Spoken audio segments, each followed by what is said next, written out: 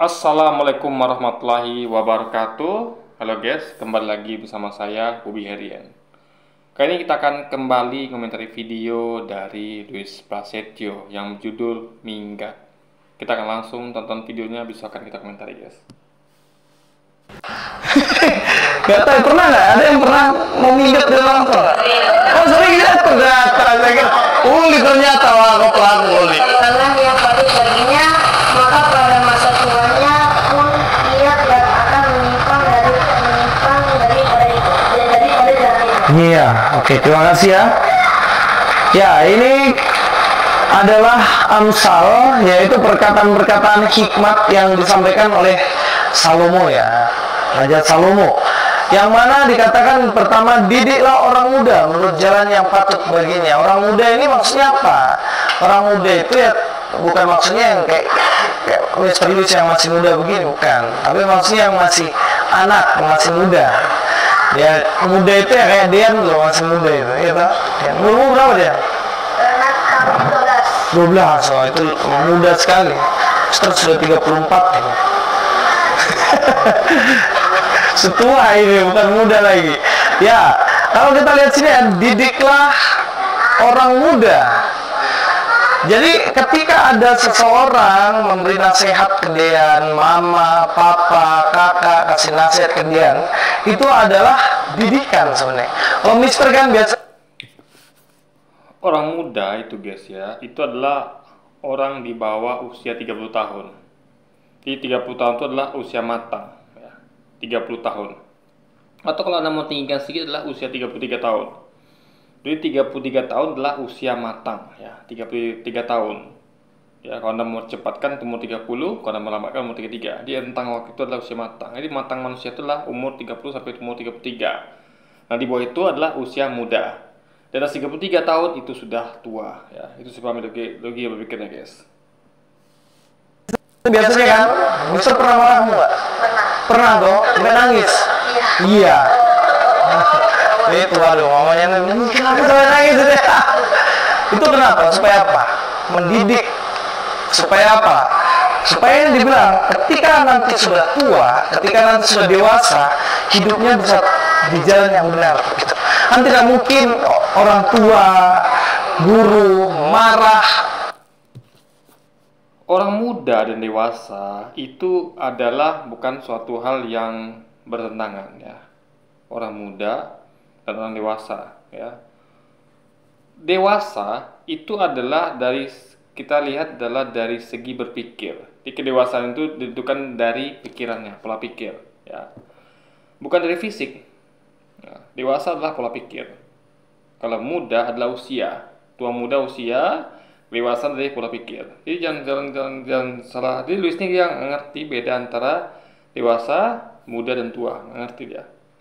Muda lihat dari usia dan tua juga lihat dari usia, tapi kedewasaan dari pola pikir. Makanya ada orang yang masih kecil tapi udah berpikiran dewasa. Ada bahkan orang dewasa yang bukan orang dewasa ya, ada tua tapi pikiran masih belum dewasa.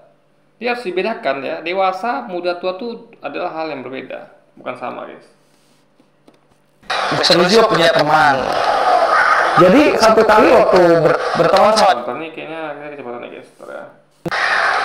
piramida terbalik itu apa? Waktu anak-anak muda akan berhasil, dia akan berhasil suatu saat. Nah, anak-anak kan tapi nah, tapi sebenarnya itu semuanya itu bukan untuk membuat supaya sakit hati. Dan bapak itu biasanya di lo sama medium, bapak nih santai itu, bapak dan mama, papa, kakak, setua ini bukan muda lagi. Ya, kalau kita lihat sini ya, didiklah orang muda. Jadi ketika ada seseorang memberi nasihat ke Dian, mama, papa, kakak kasih nasihat ke Dian, itu adalah didikan sebenarnya. Kalau Mister kan biasanya kan, Mister pernah marah nggak? Pernah dong, sampai nangis. Iya. Itu waduh, mamanya kenapa sampai nangis itu? Itu kenapa? Supaya apa? Mendidik. Supaya apa? Supaya yang dibilang ketika nanti sudah tua, ketika nanti sudah dewasa, hidupnya bisa di jalan yang benar gitu. Kan tidak mungkin orang tua, guru marah itu karena kamu buat baik, atau seorang yang tidak buat kesalahan, pasti kalau ada salah ditegur begitu. Nah, ini mau saya tanggapi dulu gini guys ya. Kita tahu mendidik dan memarahi, serta tadi dia katakan bahwa menasihati itu ada dua faktor di situ. Ada menasihati, mendidik dengan cara yang benar, dan ada menasihati dan mendidik dengan cara yang salah. Ya. Pola mendidik, menegur dengan cara yang salah. Contoh aja deh ya. Bagaimana cara mendidik atau menegur atau menasihati yang salah? Contohnya kita lihat yang simple saja ya, yang ekstrim lah kita ambil, ya, Anda paham ya. Contoh, kita semua sepakat ya, dan kebanyakan orang sepakat. Kalau kita ngomong tentang agama saja, misalnya tentang Islam, Kristen, Hindu, Buddha, oke lah, kita masih bisa kita berargumen. Tapi kalau kita di Indonesia ini kan, karena semuanya tidak ada yang saya yakin ya, mungkin hampir tidak ada yang menyembah sapi misalnya. Itu di India sana misalnya kan. Indonesia hampir tidak ada yang menyembah sapi. Kalau ada pun itu aneh sekali gitu kan, menyembah sapi. Nah, apakah ketika ada orang tua ya di Indonesia ya, kita ngomong di India, ya kita semua hampir sepakat bahwa menyembah sapi itu salah ya. Ada orang tua yang menasihati anaknya untuk, "Nak, sembahlah sapi hari ini." Didik ya untuk menyembah sapi hari ini atau tiap hari itu. Kalau nggak mau si anaknya berpikir logis nih, ya kan? Ibu ayah kok saya disuruh nyembah sapi atau nyembah manusia? Kalau di saya sih sapi manusia itu sama makhluk ciptaan Tuhan, meskipun yang satu manusia, satu lagi Tuhan. Satu lagi sapi misalnya. Nah, anak yang berpikir logis dia akan mempertanyakan, kalau kita disuruh nyembah sapi, orang tua marah, menegur, kamu pokoknya suruh sembah sapi. Ini didikan, nasihat, pasti nggak mungkin lah. Orang tua tuh katanya, dia klaim pula orang tua ini bahwa nggak mungkin lah kami sebagai orang tua tuh memberikan nasihat atau didikan yang salah atau buruk. Anaknya sudah sekolah, sudah pintar gitu kan, dia tahu nih salah nih. Jadi didikan, nasihat itu, dan apalagi teguran itu jelas salah bagi anaknya, karena dia berpikir. Nah, itu yang saya maksud dengan nasihat didikan itu nggak selamanya baik, nggak selamanya benar ya, meskipun dari orang tua sekalipun gitu. Contohnya jadi pada orang tua yang sesat ya, atau juga orang tua yang penyembah setan misalnya, atau hal-hal yang lain, orang tua narkoba misalnya, atau orang tua merokok misalnya. Intinya adalah jangan pernah menyamakan. Memang secara umum orang tua tuh pingin yang terbaik untuk anaknya, tapi juga ada lah orang tua tuh yang mengajar anak-anaknya untuk suatu hal yang salah. Contoh, orang tua mengajar anaknya untuk mengemis di jalan. Harusnya itu tugas dia. Soalnya saya seorang ayah, saya malas sekali bekerja. Saya lebih suka itu hura-hura, nongkrong, judi, ngerokok, narkoba. Sementara anak saya yang suruh saya ajarin untuk mengemis di simpang misalnya, atau dia misalnya ngasong di simpang. Itu adalah didikan yang salah gitu, kan? Bukan gitu cara mendidik. Bukan itu nasihat didik. Enggak semua nasihat dan didikan itu adalah dari orang tua itu adalah baik. Jadi juga tegurannya harus dipilah-pilah gitu kan. Makanya perlu penyimbang gitu.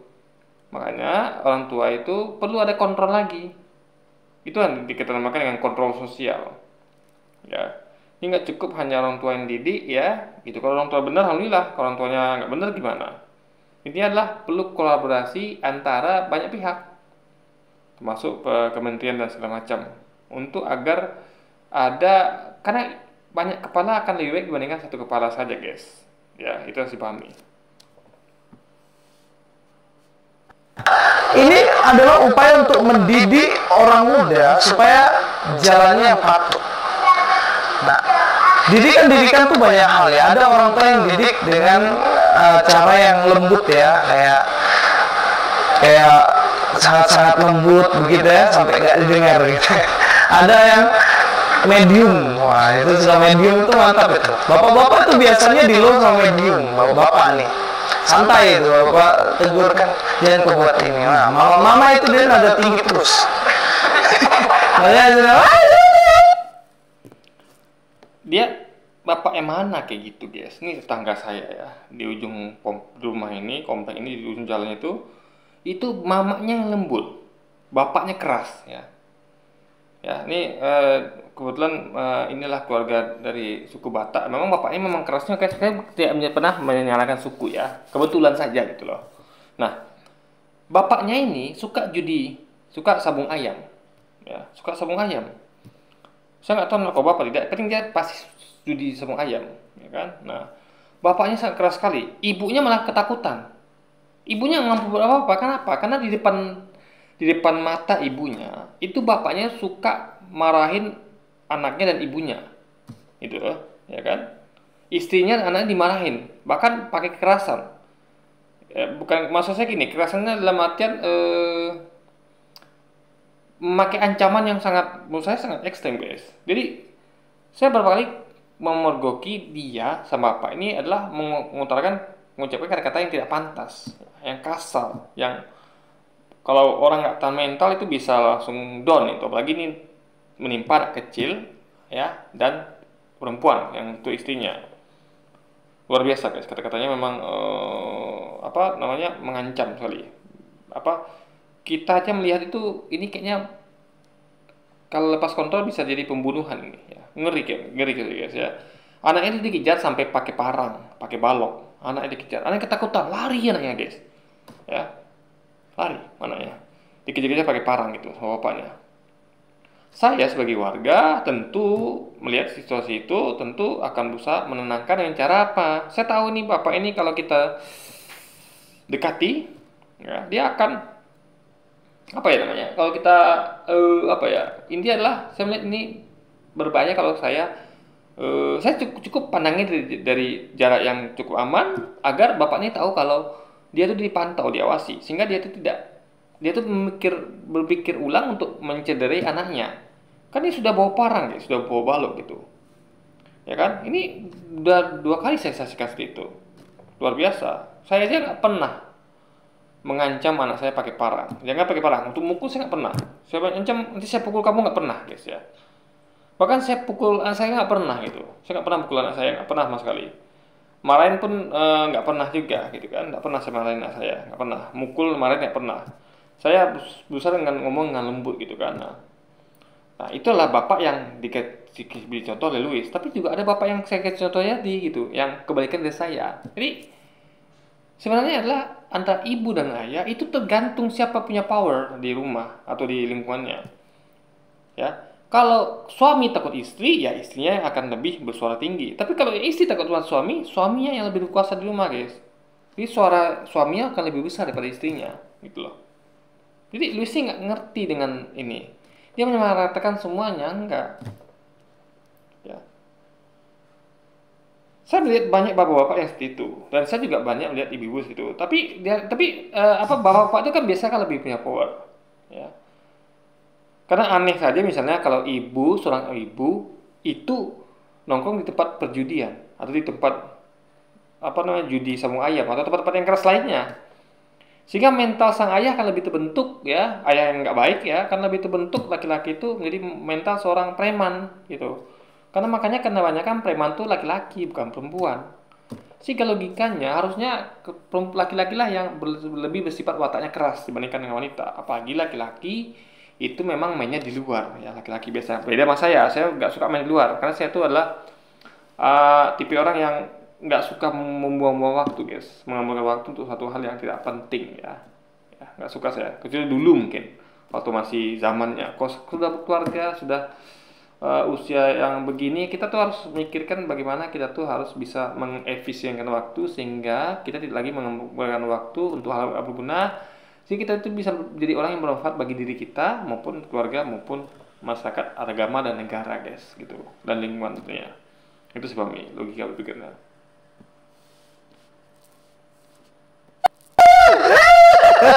Gitu loh mama tuh. Mamamu gitu kan? Oh iya. Karena sama kayak mama di rumah. Saya rasa semua mama begitu. Tapi kalau bapak-bapak pelan-pelan lah, tapi Nah, tapi sebenarnya itu semuanya itu bukan untuk membuat supaya sakit hati dari anak muda ya, bukan untuk menimbulkan sakit hati, tapi kan ada harapan besar dari orang tua ya, contohnya ini supaya tidak menyimpang dari jalan yang benar. Anak-anak itu kan gitu ya, suka menyimpang kemana-mana ya.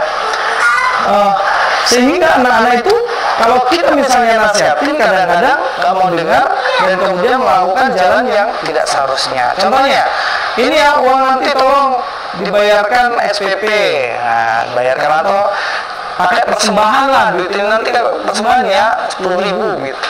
Nah, anak-anak kan biasanya kena voting kayak ini, kayak tugas-tugas pajak gitu loh, masih dipotong-potong gitu, persembahan 5.000 beli teh pucuk, teh kota gitu kan. Nah, kalau ketahuannya pasti tegur gitu kan. Nah, teguran-teguran ini memang sekarang menyakitkan, tapi teguran-teguran inilah sebenarnya yang membuat anak-anak muda akan berhasil. Dia akan berhasil suatu saat kelak. Makanya firman Tuhan ini bilang kan, maka pada masa tuanya pun ia tidak akan menyimpang daripada jalan itu. Jadi kita lihat koneksinya ya, kecil dididik, besar dia tidak akan menyimpang. Jadi bukan dibilang seperti kecil dibiarkan, besar makin jadikan gitu kan. Nah, itulah kenapa dalam Jadi didiknya itu bukan hanya orang tua, tapi juga lingkungan. Makanya didikan orang tua itu harus sinkron dengan lingkungan. Karena kita sebagai orang tua itu yang sudah mendidik itu ya udah benar, tapi anak ini terbawa arus lingkungan, itu bahaya. Ya.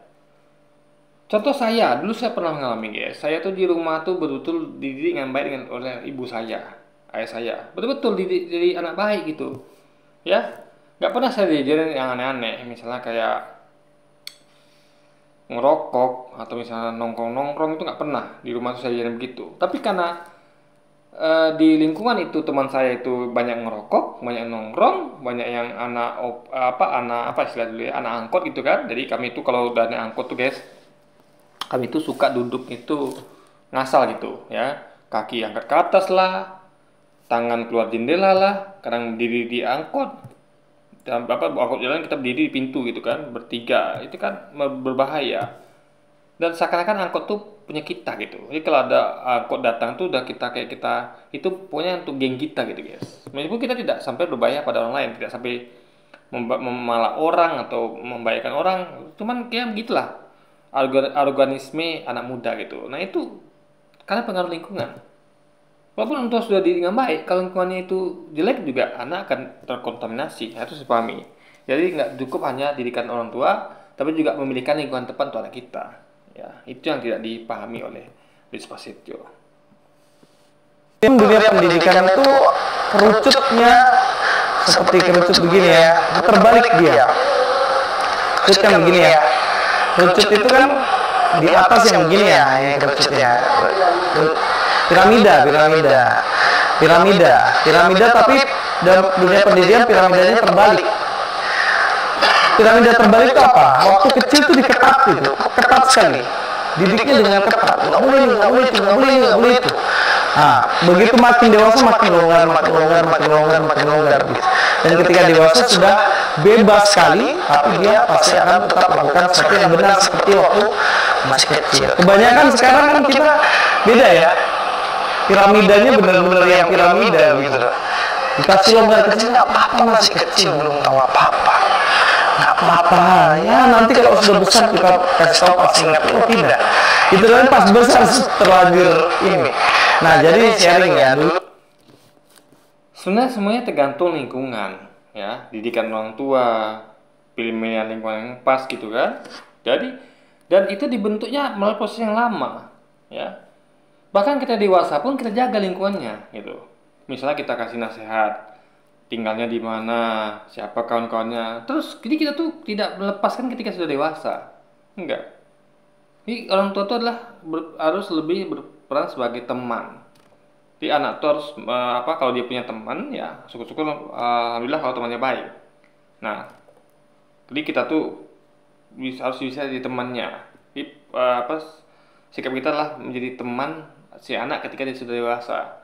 Ya orang tua sekaligus teman. Sehingga anak itu tidak lagi sungkan kepada kita seperti kita pada temannya. Jadi kita akan mengetahui perkembangan si anak yang sudah dewasa ini.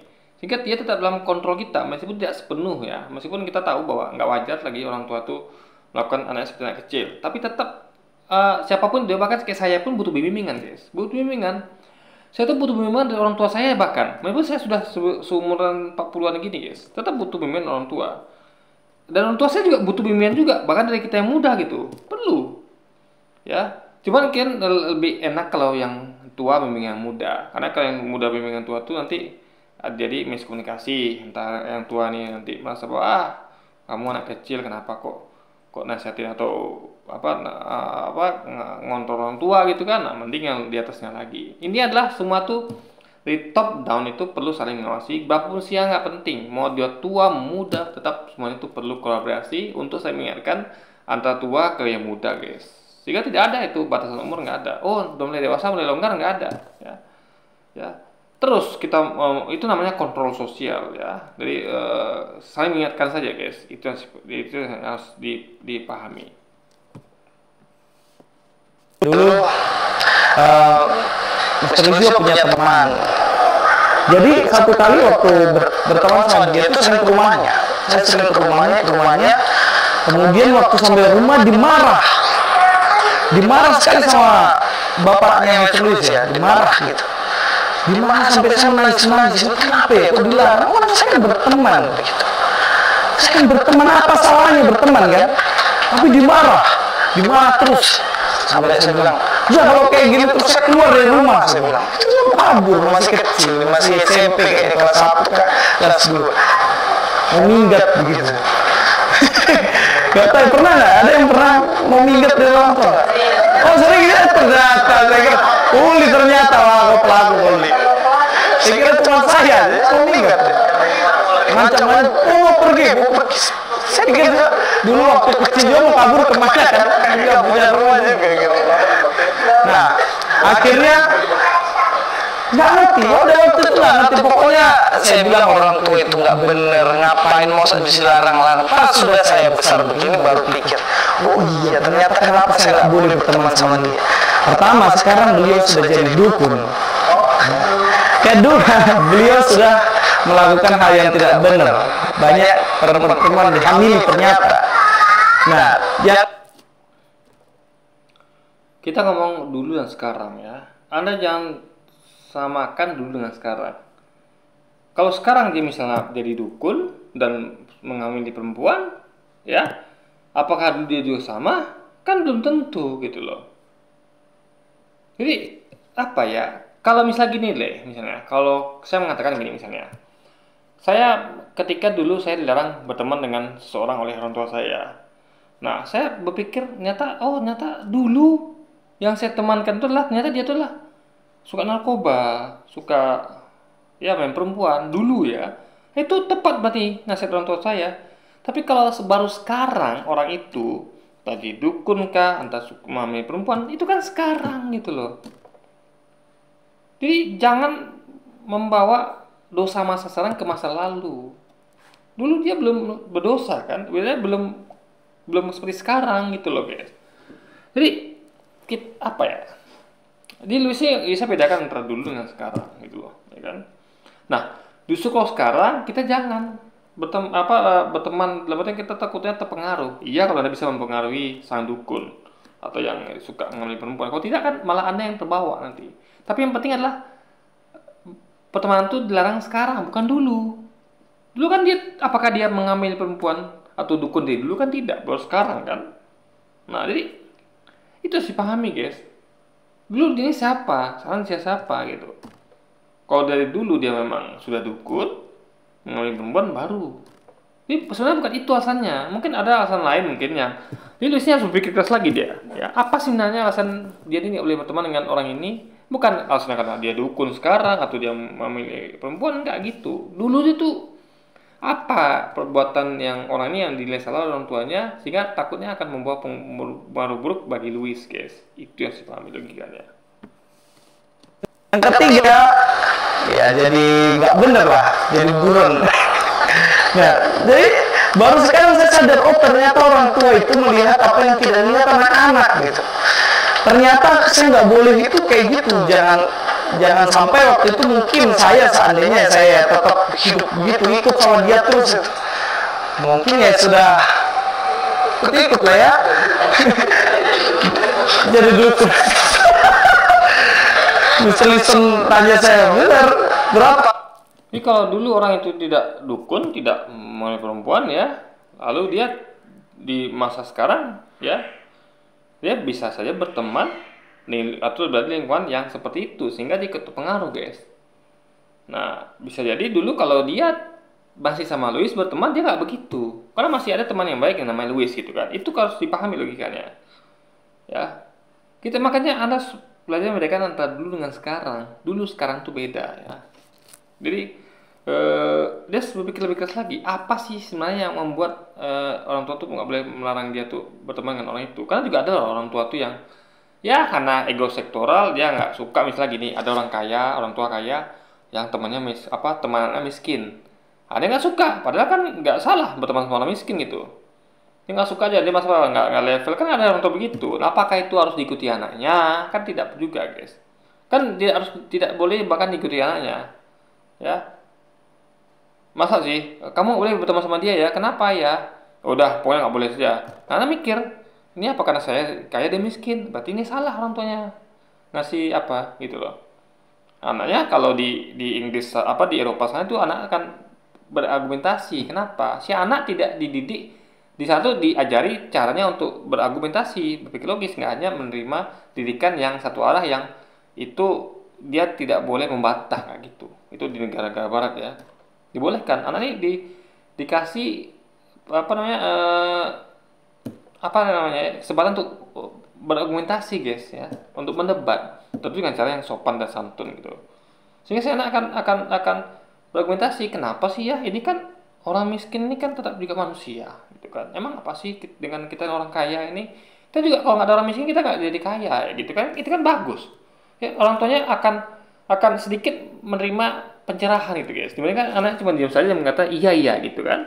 Nah, jadi itu yang harus dipahami, guys. Berapa tonggel? Karena dukun orang itu. Tapi kan itu waktu saya kecil nggak bisa melihat yang seperti itu. Saya nggak bisa. Itu kenapa perlu yang namanya didikan, larangan, dimarahin sama orang tua. Biasa aja dimarahin. Malah bahaya kalau ngomong nggak pernah marah, itu bahaya dia. Dibiarin gitu kan. Justru karena dididik, dimarahin, ditegur, itu justru membuat kita. Jadi marah tuh bukan suatu hal yang menjadi menjadi pedoman ya. Ingat ya, kita orang tua tuh yang diperlukan bukan marah, tapi nyinyir ya. Bedakan marah dan nyinyir. Nyinyir adalah suatu hal yang berhubungan korelasinya dengan mengingatkan. Nyinyir. Misalnya saya mengingatkan anak saya ya, udah sore mandi lagi, atau ini udah jam makan lagi, kamu udah belajar belum, bikin PR-nya, ingatkan terus. Nah itu kan belum tentu marah gitu, dan pastinya ya nggak juga marah gitu, karena ingatkan sebelum kita tuh mengingatkan dia kalau akan tugas dan tanggung jawab dia, kewajiban dia gitu. Sebenarnya kita juga memberikan haknya gitu. Jadi bukan punya lah marah-marahnya itu, bukan. Jadi pencegahan lebih baik dibandingkan daripada memperbaiki. Pencegahan itu lebih bagus daripada memperbaiki. Ya, nah itu dicegah dulu untuk jatuh menyimpang dengan cara tadi diingatkan, nasihatin di atas kemarahan. Ya. Jadi kemarahan itu dibawa. Kalau si anak sudah dinasihatin baik-baik, nggak mau juga, baru perlu marah. Ya. Tapi marah itu bukan poin utamanya. Kuncinya bukan marah, tapi pada nyinyir untuk mengingatkan. Itu yang penting, sehingga anak ini akan selalu diingatkan, oh ibuku tadi ngomong ini, dia akan terus ingat itu ya. Apapun yang penting bagi kita sebagai orang tua itu nyinyir penting ya, bukan marahnya itu, guys, yang penting. Kalau orang tuanya sudah nyinyir dan si anaknya patuh, alhamdulillah, nggak perlu lagi marah. Jadi marah itu nggak penting ya, kalau sudah menjalani step pengingatan ya. Ini Anda nggak pernah ingatkan, nggak pernah nasihatin, tiba-tiba anak menyimpang, Anda marah. Itu nggak benar itu. Jadi solusinya bukan marah, tapi adalah nyinyir untuk mengingatkan. Baru kalau nggak berjalan baru marah guys. Itu sih family kill pikirnya. Nanti tahu mana yang benar dan mana yang tidak. Jadi ada beberapa orang dulu teman saya juga, termasuk adik saya dulu, bukan yang Titus ya. Titus itu sebenarnya saya nggak terlalu ini karena dia TK saya sudah tinggalin untuk masuk kampus itu. Dia masih TKA itu. TKB kalau nggak salah. Masih kecil sekali dia tinggal. Nah, adik saya yang nomor 2 itu dulu pernah dia merokok itu. Jadi dia sembunyi merokok itu. Ketahuan saya kan, wah saya lapor kan sama bapak gitu ya. Terus menangis tidak berani kan, karena dia kalau dimarah dia selalu kunci diri dalam kamar mandi dia selalu lari kamar mandi. Pokoknya sudah masuk kamar mandi dia tahu dia salah itu. Kenapa di kamar mandi? Karena bapak saya kalau hukum itu disiram pakai air itu nggak berhenti sampai dia siram pakai air terus sendiri. Makanya dia kunci dulu dalam kamar mandi, siram diri di depan dan siram. Jadi kayak gitu. Itu bagian didikan. Tapi puji Tuhannya dia tidak merokok, itu juga tidak, saya juga tidak, dan keluarga tidak, karena memang tegas sekali pada waktu itu. Gitu. Sekarang anak-anak SD, minta ampun. Itu berapa kata dia? Nah, bagus. Jangan ya. Dian, sama Rian? Tidak juga? Wah, bagus. Jangan salah guys ya. Menyiram air itu adalah termasuk bentuk kekerasan ya. Mungkin Anda nggak sadar ya. Orang pikir bahwa air itu adalah lembut, ya nggak sakit. Jangan salah loh. Air itu bisa menghanyutkan, bisa bikin korban kalau banjir ya. Atau air itu bahkan kayak ketika saya mau kerja itu saya nggak nyaman kerja karena tubuh udah basah oleh air. Rumah banjir ya, harta benda hilang. Kalau ekstrim adalah tenggelam gitu. Nah, dan ingat ya. Jadi air itu adalah jadi jangan kira itulah bukan bentuk kekerasan. Jadi bagi Anda nih teman-teman Kristiani ya yang suka mengkritik, yang sudah menyalahkan, yang suka ya memfitnah lah, sama Islam itu adalah suka kekerasan. Nah ini Louis bapaknya melakukan kekerasan gitu. Nah jadi bahkan kalau saya begini ya, saya tidak menyalahkan itu selama tidak. Tapi apa namanya? Kalau Anda misalnya kita kan saya sudah terangkan tentang memukul dalam Islam itu tidak boleh menyakiti, tidak boleh berbekas dan tidak boleh di wajah. Itu kan sama kayak kita tuh, kayak Anda pernah nonton tali piring ya. Nah, tali piring yang kan tidak sakit tuh guys, hanya semacam itu. Jadi hanya sebagai tanda simbol kalau si kita sebagai orang tua marah gitu. Jadi tidak boleh menyakitkan, tidak boleh berbekas dan tidak boleh di muka. Nah ini menyiram dengan air itu adalah menimbulkan sensasi tenggelam. Bayangkan. Ini menyiram dengan air sama seperti kita tuh kan air itu kan disiram ke kepala, itu kan basah, itu kan airnya itu kan ngalir tanpa putus selama itu disiram, paham ya? Baik kalau siram itu tanpa henti dan dengan intensitas yang cepat pula. Cepat gitu kan. Itu akan sama seperti Anda tuh kayak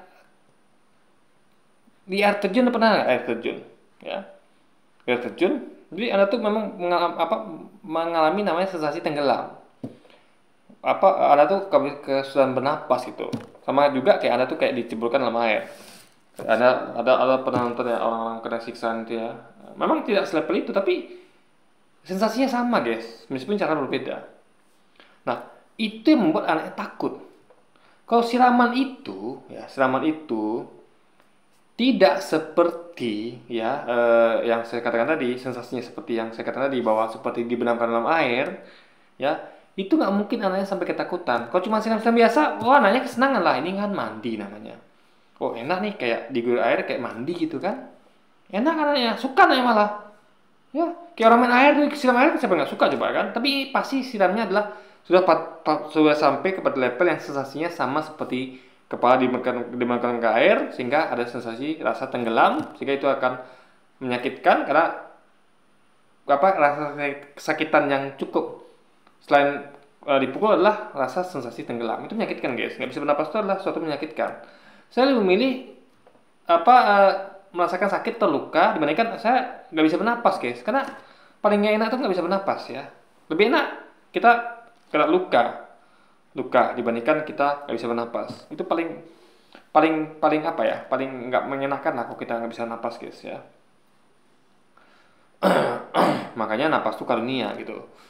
Jadi ini adalah bentuk kekerasan dalam rumah tangga Luis ya, sampai anaknya takutan. Saking takutnya, saking ngerinya efek itu ya, saya katakan ngeri. Kenapa? Karena anak tuh sampai ngunci diri di kamar mandi, dan dia tuh nyiram, sebelum disiram bapaknya, dia nyiram dulu itu air kepada dirinya. Itu adalah sensasi ketakutan luar biasa. Jadi ini menimbulkan ketakutan, karena ini ekstrim guys levelnya, bukan siram-siram kayak biasa, enggak. Sama kayak itu. Ya, kayak tetangga saya yang ceritakan tadi, ada yang dia ngejar anaknya pakai parang gitu kan. Nah itu udah menimbulkan sensasi ketakutan luar biasa. Sampai lari loh, teriak-teriak ya guys, luar biasa ya. Saya aja kasihan yang gitu kan. Itu luar biasa guys, luar biasa sekali. Jadi trauma, anak itu bisa trauma. Jadi kalau anak sudah begitu, trauma. Ya. Kalau bapak-bapak tadi kan hanya mengejar, ya, tidak mengayunkan balok atau parangnya. Nah ini sudah mengayunkan air itu guys. Jadi apa ya?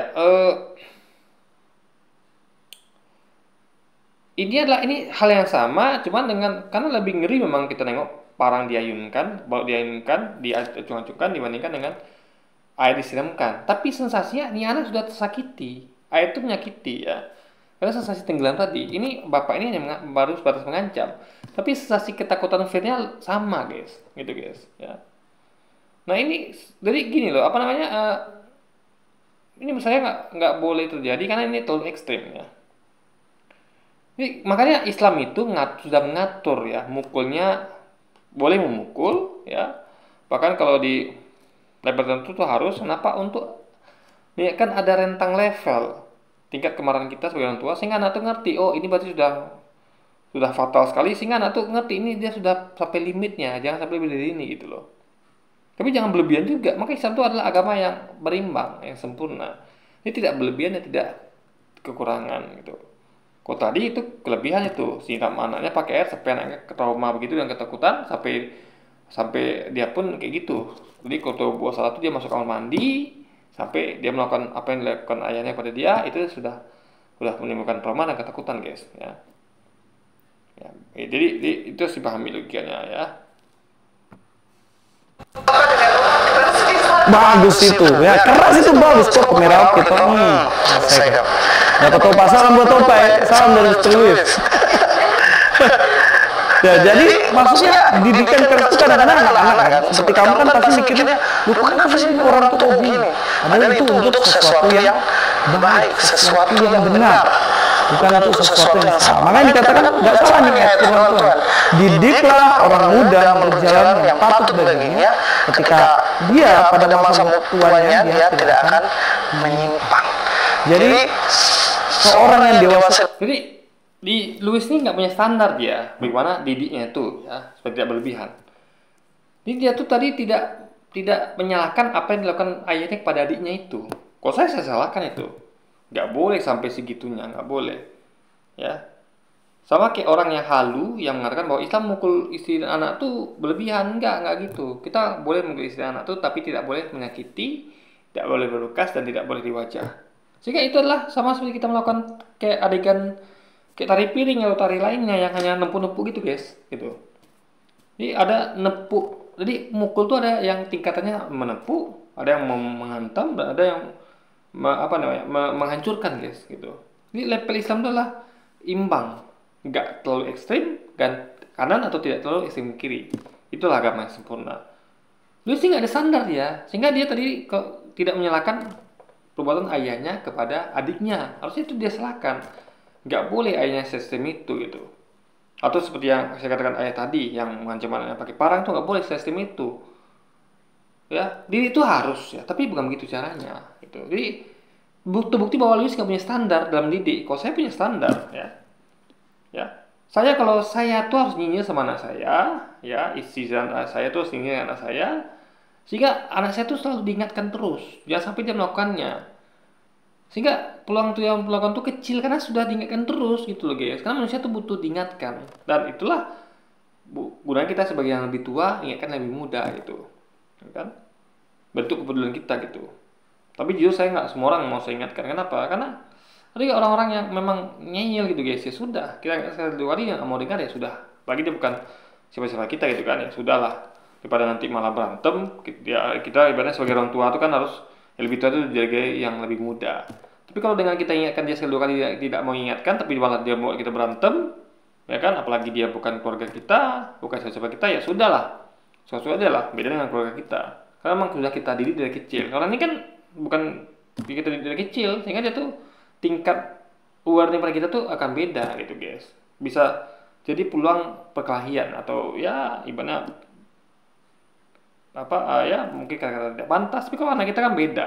Dia sudah kita didik dari kecil gitu kan. Lebih beda kalau Anda memelihara hewan yang Anda pelihara dari kecil, itu beda dengan Anda kalau Anda tuh mengadopsi hewan yang sudah dewasa, itu beda. Yang kecil tentu akan lebih ngerti Anda gimana gitu. Dan dia tentu akan lebih patuh pada Anda dibandingkan dengan sesuatu hewan yang Anda baru adopsi. Yang dia tuh, apalagi dia tuh bukan Anda adopsi pula, dia memang dia tak hewan dari mana gitu kan. Itu tentu kan beda tingkat kepatuhannya guys. Dewasa yang sudah pelayanan seperti ini, itu yakin semua didikan dari orang tua itu pasti untuk suatu hal yang benar. Jadi sekali lagi ya, didikannya tuh saya katakan sekali lagi ya, nggak semuanya baik. Makanya si anak harus punya perimbangan gitu kan. Makanya itulah perlu adanya selain orang tua tuh adanya lingkungan yang baik, entah dari kalau Islam tuh ada ustadznya, ada teman ngajinya, atau ya om tantenya, ya kan kita nggak semua orang tua tuh baik gitu. Makanya perlu ada lingkungan tuh yang kita usahakan semuanya baik ya. Itulah kita harus menjadi orang baik sehingga nanti kita tuh akan bisa menerapkan kebaikan itu dan kita bisa mengontrol orang-orang yang tidak baik menjadi orang-orang baik guys. Itu sih pahami logikanya. Oke, jadi mungkin sekian dulu aja video kita ini dan sampai jumpa lagi di video selanjutnya. Wassalamualaikum warahmatullahi wabarakatuh guys.